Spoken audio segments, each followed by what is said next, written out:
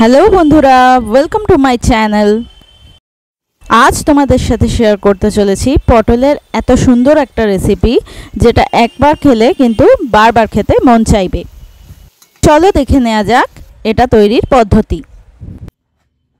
এটা করার জন্য কড়াইতে সাদা তেল দিয়ে দেয়া হলো। গোটা পটলগুলোর গা চেঁচে দুটো মুখ কেটে গায়ে দু সাইড দিয়ে একটু কেটে নুন হলুদ মাখিয়ে ভেজে নেওয়া হচ্ছে।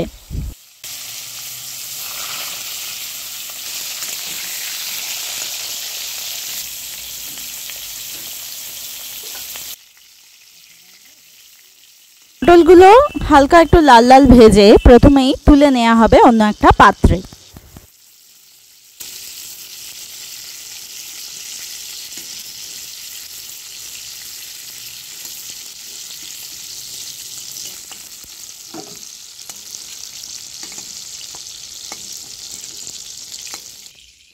পটলগুলো ভেজে তুলে নেওয়া হয়েছে। এবার কড়াইয়ে যে তেল অবশিষ্ট রয়েছে তার মধ্যে দিয়ে দেওয়া হলো গোটা জিরে ফোড়ন আর একটা তেজপাতা। একটা মিডিয়াম সাইজের পেঁয়াজ কুচিয়ে নেওয়া হয়েছে, সেই পেঁয়াজ কুচিটা দিয়ে এবার হালকা একটু ভেজে নেওয়া হবে।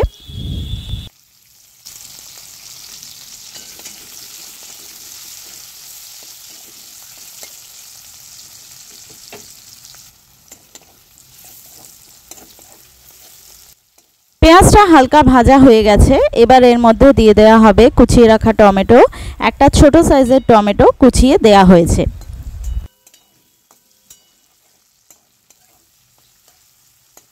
সামান্য একটু নুন দিয়ে টমেটোটা ভেজে নেওয়া হবে।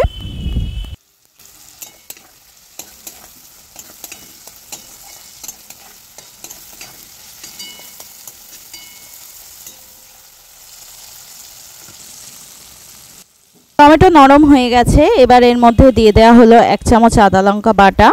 আদা লঙ্কা বাটাটা ভালো করে কষিয়ে নেওয়া হচ্ছে।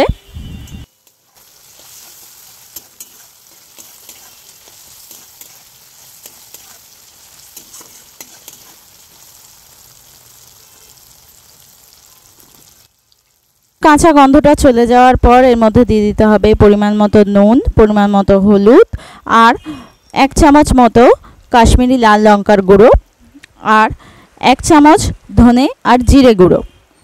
পুরো মশলাটা ভালো করে তেলের মধ্যে কষিয়ে নিতে হবে।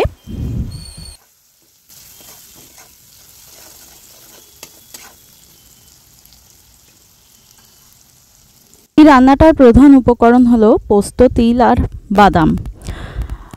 সম পরিমাণে পোস্ত, তিল নিয়ে আর কিছুটা বাদাম দিয়ে একসাথে এই পেস্টটা বানিয়ে নেওয়া হয়েছিল। এই পেস্টটা এবার এর মধ্যে দিয়ে দেওয়া হলো, ভালো করে কষিয়ে নেওয়া হবে। এখানে 3 থেকে 4 চামচ পোস্ত নেওয়া হয়েছিল আর একই পরিমাণে তিল নেওয়া হয়েছিল।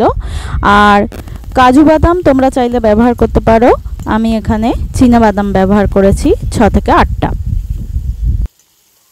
ভালো করে মশলাটা কষিয়ে নিতে হবে যাতে মশলা থেকে তেল একেবারে আলাদা হয়ে যায়।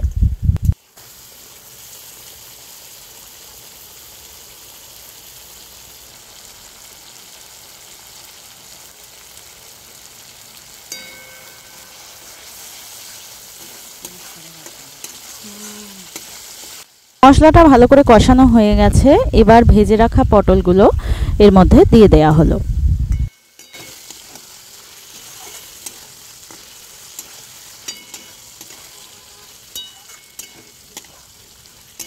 ভালো করে নাড়াচাড়া করে নিয়ে দিয়ে দেওয়া হলো পরিমাণ মতো মিষ্টি।